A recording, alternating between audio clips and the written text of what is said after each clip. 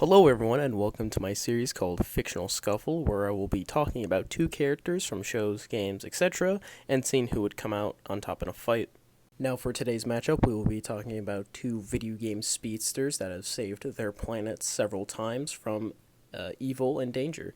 Those two characters being Sash Lilac, the water dragon from Freedom Planet, and Sonic the Hedgehog from Sonic the Hedgehog. Now, for this matchup, we will be setting up some ground rules, mainly for Sonic, and as we will be specifically using Classic Sonic for this fight to make it more interesting, and we are going to be limiting Sonic to only Sonic 1, CD, 2, 3, and Knuckles, as in we will not be including anything from Mania, Generations, or Forces, because if we did, then we could scale Classic Sonic to Modern Sonic, which would result this fight into a one-shot in favor of Classic Sonic. So we are doing this to be a bit more fair and more interesting. And also, Sonic will not have access to the Chaos Emeralds. Okay, ground rules over. Now first, we will be talking about Sash Lilac from the Freedom Planet series. Although most of her more impressive feats come from Freedom Planet 2, so we will mostly be focusing on that. Now, Freedom Planet 2, and then a threat emerges called Murga, and she plans on destroying the world. And how she does this is by using a space shuttle known as Bakunoa and planning to eat the planet's moon.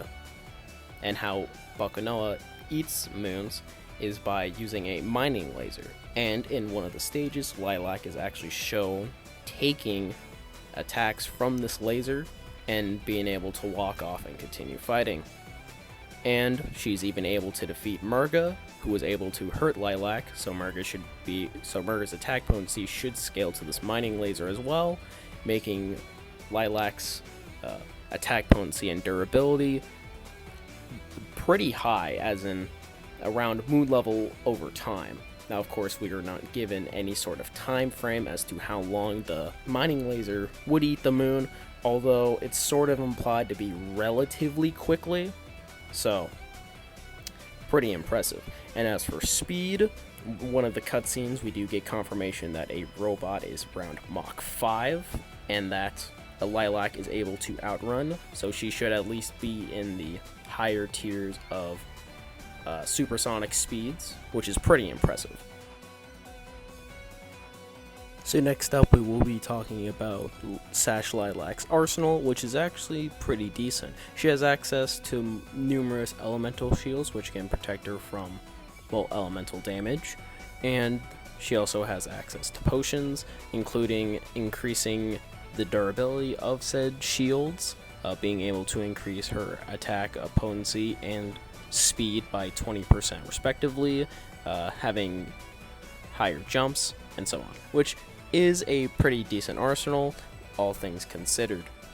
And now, having discussed what Sash Lilac can do, we can now move on to Classic Sonic. Now, for Classic Sonic, even though we are only going to be including the original 4 Classic Sonic games, Sonic still does some pretty impressive feats within these 4 games. Now, Classic Sonic is able to defeat the Death Egg robot. Now, why is this so impressive? Well, in Sonic 2, after defeating the Death Egg robot, the Death Egg itself seemingly breaks and starts to blow up, which sort of implies that the Death Egg robot was powering the Death Egg. And the Death Egg has been stated in a guide capable of a global disaster and is also regarded as a doomsday machine, which could imply that it could destroy the planet, or at least a very good chunk of it, which would mean that Sonic being able to defeat the robot that was powering the Death Egg should be scaled to this level too, arguably being at least planetary, which is really impressive, and his durability should also scale to this, since, well, he's able to dish out planetary force, so therefore his body should be able to take said force as well. Now, going on to speed, it's actually pretty impressive, because in a Japanese guide for Sonic CD, it's stated that in order to perform the time warp, Sonic has to go at light speed. So, his speed is at light speed.